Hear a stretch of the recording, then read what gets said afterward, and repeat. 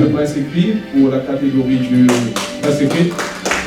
Patrick Hilbert pour Air Mauritius et 7 péchés capitaux. Patrick Hilbert qui est journaliste au défi quotidien, donc pour le Défi Média Group, qui collabore aussi à la radio. Donc Patrick Hilbert, c'est un sujet donc, qui a retenu l'attention des jurés, des membres du jury. J'imagine que ça n'a pas été un travail facile, ça n'a pas été fait en un jour.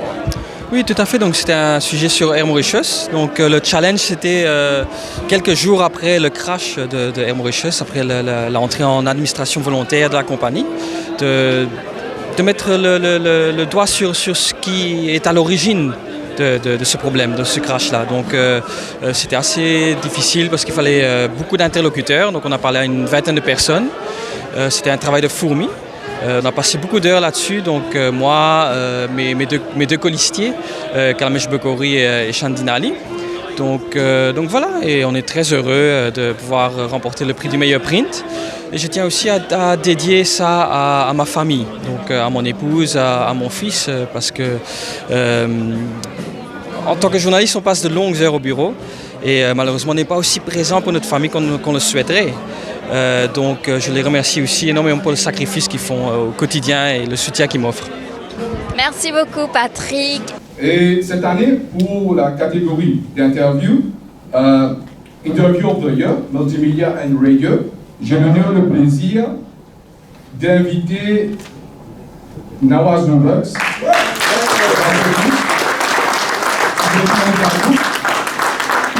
L'interview avec l'ex-Deputy Prime Minister Ivan Kolandari. Le trophée international Nawaz pour l'excellent travail réalisé dans cette catégorie. On est avec nous, Monsieur Nawaz Novak, vous êtes en direct sur la page Facebook du Défi Média. On va dire que l'année 2020 a été une année de tous les défis. Et imaginez que ça n'a pas été facile de garder le cap au niveau de la rédaction. Ouais. Merci d'abord, merci pour ce direct, je ne savais pas. Vous me prenez au dépourvu, moi j'ai l'habitude de prendre des gens au dépourvu. Ben non, je suis très content pour le Défi Média Group. Donc on a raflé, je crois, 4 prix, plus le prix Lambert avec Jean-Luc Emile. Donc félicitations à Jean-Luc. Et donc moi j'ai remporté le prix dans la catégorie de l'interview de l'année, radio et multimédia. Je dédie ce trophée à mon collègue et colistier Jagdish Joypal qui n'est pas là ce soir. Je dédie ce trophée à ma famille, à mes collègues de travail. Donc, vous savez, l'interview d'Arvind Kolandari n'était pas un exercice facile. Ce n'est pas n'importe qui. Il fallait bien préparer cet entretien. J'ai dû aller faire cet extra mile pour pouvoir donc faire de cette interview mémorable et le jury a reconnu ce travail. Donc voilà, le travail continue en espérant que l'année prochaine on fera mieux. Hein? Voilà, merci. Alors une petite pensée pour les jeunes qui aimeraient rejoindre le métier, un conseil pour eux? Alors, vous savez, on vit à l'ère de l'Internet, du social media. Nos interviews sont en Facebook Live. Quand j'ai dit que j'ai dû aller faire cet extra mile pour l'interview d'Arvind Kolandari, parce que je sentais la pression des internautes sur le social media. C'était en plein l'affaire Saint-Louis. Et là, on subit cette pression. Mais il faut faire attention, c'est ça le conseil aux jeunes, de ne pas céder à cette pression et de ne pas tomber dans le populisme. Il faut toujours faire la balance. Mais bien sûr, quand quelqu'un prend beaucoup de couillon, à pied un peu, hein? Donc, je ne vais pas personnaliser quoi que ce soit, mais il faut se faire respecter dans une interview, mais il ne faut pas tomber dans du populisme. Je souhaite aux jeunes donc, le succès et d'ailleurs, je vais démarrer une session de formation sur les techniques d'interview. Donc, vous savez, l'interview, c'est un art et c'est très passionnant, surtout quand vous avez un invité qui est un dur et quand vous traitez un sujet qui est extrêmement controversé. Voilà. Dans la catégorie multimédia, plus de 5 minutes, on a reçu 9 entrées. Divers sujets sont proposés comme la criminalité, le confinement, la drogue et les aînés, entre autres. À l'unanimité, le choix du jury s'est porté sur un reportage vidéo sur la drogue, intitulé « Frontières fermées, business de drogue à ciel ouvert, je tout en vive patron ». C'est un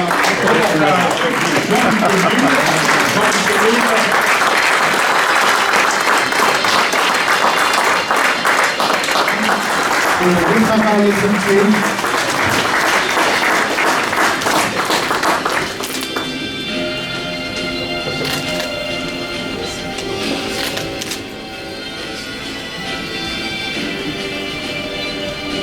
Jean-Luc Téquil, du groupe Média, Télé+, bravo. Avec ce sourire, je ne peux pas te laisser partir comme ça. Un petit mot. Merci au jury. Et je tiens vraiment à dire grand merci aux garçons qui travaillent avec moi dans l'équipe multimédia. C'est vrai que ce travail, cette production, ce sont des heures, des semaines de travail. Et je pense qu'on ne remercie pas suffisamment ceux qui travaillent dans l'ombre. Le journaliste est peut-être celui qui écrit, celui qui met sa voix sur une production, mais derrière, il y a ce sont les magiciens de l'image, et je tiens ce soir à les remercier énormément pour le travail accompli. Merci. Un jeune qui a connu toutes les peines du monde avant d'être reconnu dans le domaine hippique à Maurice. Aujourd'hui, il pilote avec honneur. Je parle bien entendu de l'incroyable histoire d'Abhishek Sonaram, un reportage signé Ravish Persenou. Un autre élément du multimédia privé ce soir, il s'agit de Ravish Persenou avec l'incroyable histoire d'Abhishek Sonaram.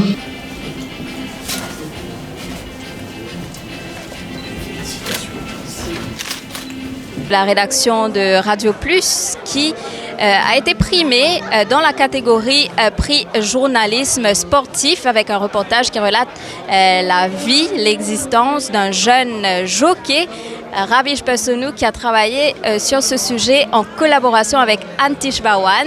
Alors Ravish Persenou a une première réaction après est-ce que tu peux attendre déjà qui vous pouvez ça prix là? Donc là mon gars dit que beaucoup de monde peut dire moi tu fais divers comment tu cavale qui pris le sport. Donc moi me dis qui m'extra content aujourd'hui on a reçu un prix le journaliste sportif 2020 et ça tout ça c'est passion qui me fait moi persévérer de loin de mon métier. Et aussi je remercie beaucoup mon collègue quand j'avais trouvé mon frère Antish Bawan qui aide moi beaucoup le travail nuit et jour sa vidéo là et aujourd'hui vidéo là est un succès. Et je remercie aussi beaucoup mes parents qui viennent derrière moi et aussi mes fiancés. Claudie Mola, c'est à cause d'eux. Et je remercie aussi la salle de rédaction Radio Plus, ce qui fait de moi beaucoup d'opportunités pour qu'ils m'en arrivent là aujourd'hui. Et aussi également l'équipe de la réalisation de Télé Plus. Moi, il y a une surprise et je suis extra content qu'ils m'ont reçu un prix. Ben, pour d'abord, je dédie à ma grand-mère qui est décédée là et à toute ma famille qui soutient moi. Et pareil que moi, des vidéos à nous montrer, qui est un enfant modeste, d'une sortie d'une famille très bas, d'une progresser, d'un travail, ses parents très fiers de lui, ils nous fait nos parents fiers de nous. Et merci pour ça. Donc, le grand gagnant est. Je me donne les initiales. Ça peut paraître pour les autres mails. Frontières fermées.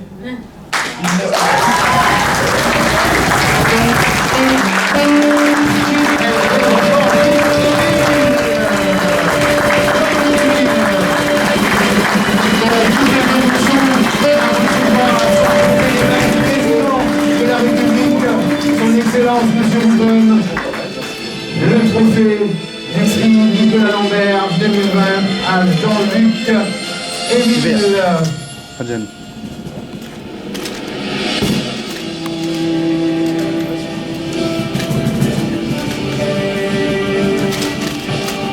Vous avez été primé journaliste de l'année Alors, je pense que c'est une lourde responsabilité vu que là, vous serez le rôle modèle, d'ailleurs un rôle modèle que vous avez toujours été.